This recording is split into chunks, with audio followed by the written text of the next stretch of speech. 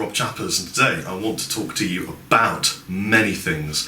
But the first thing is how I managed to carve myself into the role that I am today, despite the fact that I had no money and no gear, which is something that many people face all the time. And I get constantly messages saying, I don't have any money, I don't have a job, how do I get a guitar, how do I get an amplifier, I'm using an affordable amp, I'm using a really cheap guitar, my gear sucks, tell me what to buy, all these kinds of things. It's the eternal pursuit of acquiring bits that we think will aid our journey and help us achieve the dream.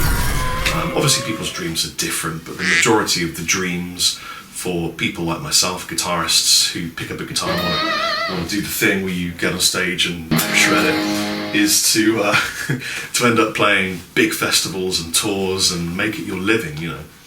And we often put these obstacles in our ways, and of course the easiest obstacle to mentally place in your way is to say, well, of course I haven't got the gear, I don't own that pedal that I really need because it'll make me sound perfect, I don't own that amazing guitar because, you know, that's what I need to play live, or I don't have you know, a good enough amplifier. So this is a highly affordable Philips microphone from, I'm going to say 1999, maybe 2001, I can't entirely remember. Please pay attention to the back. There is blue tack. We call that blue tack in England, I don't know what you call it in America or elsewhere. It's a blue adhesive substance that you put on posters and stick them to a wall. So this retailed for £12.99. I will never forget that price. It's probably the most important price in my life. Because I made the decision that I wanted to record an album. I really wanted to record some music. I'd been in bands, it hadn't been working out because people sometimes don't work together. And I made the decision to work with myself and record a solo album.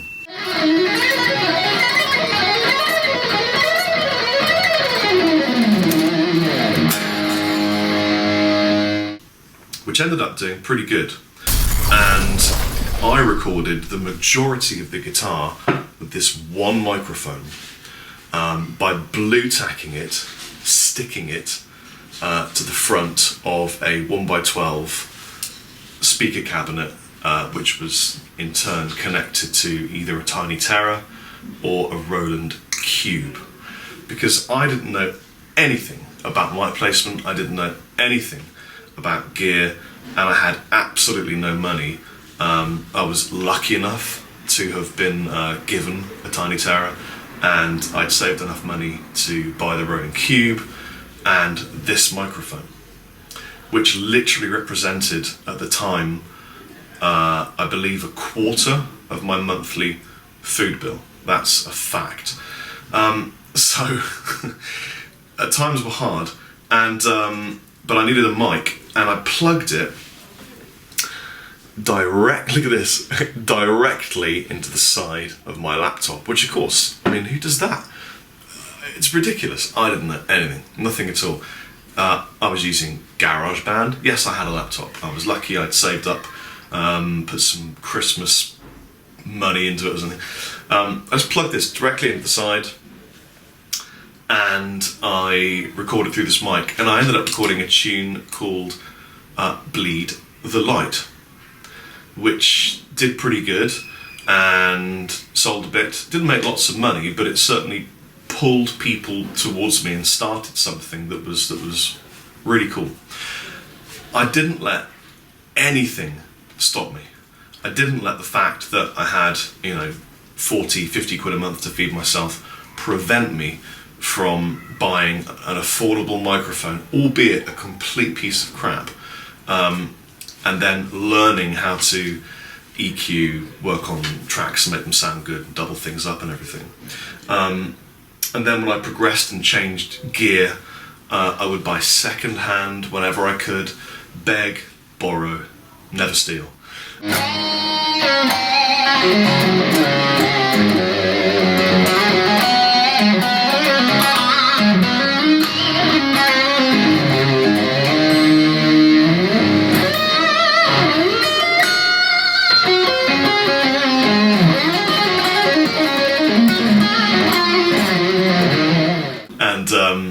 I would borrow gear. I would go to the local guitar shop and offer to teach guitar in return for the loan of a rack Marshall preamp and a powered speaker cabinet that was really cool.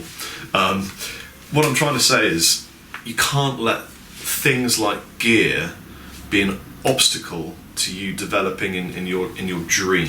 It's really important to just realise that it's just things, and as long as you can create music, then your dream is going to progress. So if you have an obstacle, just go around it in some other way. We still do this to this day. For example, recently played a gig in Germany. We couldn't bring a lot of the gear we wanted with us, and so we had to, for example, one of the tunes, I didn't play guitar, I just sang, and one of the tunes, or a couple of tunes, we had to leave out the set because Dave couldn't bring a 5-string bass, just a 4-string bass. And so we just had to adjust and move things until they worked. And so what I'm saying here is, I am probably quite responsible for saying to people for many years, gear's great, buy loads of gear, because it is. I love gear. I've bought loads of gear. I would say that sometimes people are guilty of becoming a museum and not an art piece. I mean, in my case, I am now a professional musician and I own a guitar company, so the reason I have hundreds of guitars is because I have all the prototypes. Otherwise, you only ever really need 8. Really, you need 3. I mean, unless you've got lots of altered tunings and things. But then if you've got the money and you love to collect gear, that's fine. Spend the money, collect the gear. It's fun. It's a great, cool thing to do. But don't let money be an obstacle. Earn as much as you can, work really hard, if you're old enough to work really hard, and buy cheap stuff that will do the job and deal with it, because it's the only way that you'll work this through. I've been Rob Chappers. Take it easy. Chappers out.